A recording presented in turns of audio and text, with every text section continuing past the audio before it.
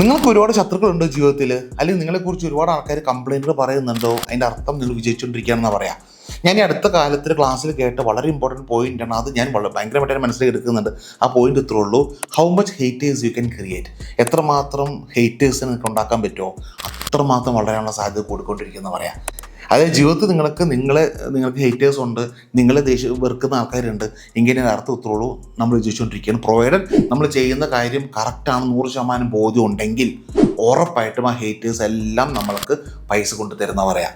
അതുകൊണ്ട് പ്രപഞ്ചം പോലും നമുക്ക് അനുകൂലമായിരിക്കും. ഹേറ്റേഴ്സിന് കൂട്ടിക്കോളൂ. കാരണം വിജയിക്കാൻ മുന്നോട്ട് പോകുമ്പോൾ ഉറപ്പായിട്ട് ഹേറ്റേഴ്സ് ഉണ്ടാവുന്ന പറയാം. അതിൻ്റെ അർത്ഥം എന്താണ്? നമ്മൾ ശരിയായ ദിക്കിലാണ്, ശരിയായ യാത്രയിലാണ്. അപ്പോൾ ധൈര്യമായിട്ട് പൊക്കോളൂ, ഹേറ്റേഴ്സ് ഉണ്ടാക്കിക്കോളൂ. 2 പ്രധാനപ്പെട്ട ഹേറ്റേഴ്സിനെ കുറിച്ച് ഞാൻ എക്സാമ്പിൾ പറയാം. ഒന്ന് നരേന്ദ്രമോദി. ഇതുപോലെ ഹേറ്റേഴ്സുള്ള വേറൊരു പ്രധാനമന്ത്രി ഇന്ത്യക്ക് ഉണ്ടായിട്ടില്ല. 2 പിണറായി വിജയൻ, നമ്മുടെ സ്വന്തം മുഖ്യമന്ത്രി. ഇഷ്ടംപോലെ ഹേറ്റേഴ്സാണ്. ഈ 2 പേരെ ശ്രദ്ധിച്ചറിയാൻ പറ്റും. 2 വിജയിച്ചുകൊണ്ടിരിക്കുകയാണ്. അടുത്ത് പിണറായി വിജയൻ വീണ്ടും ജയിക്കും.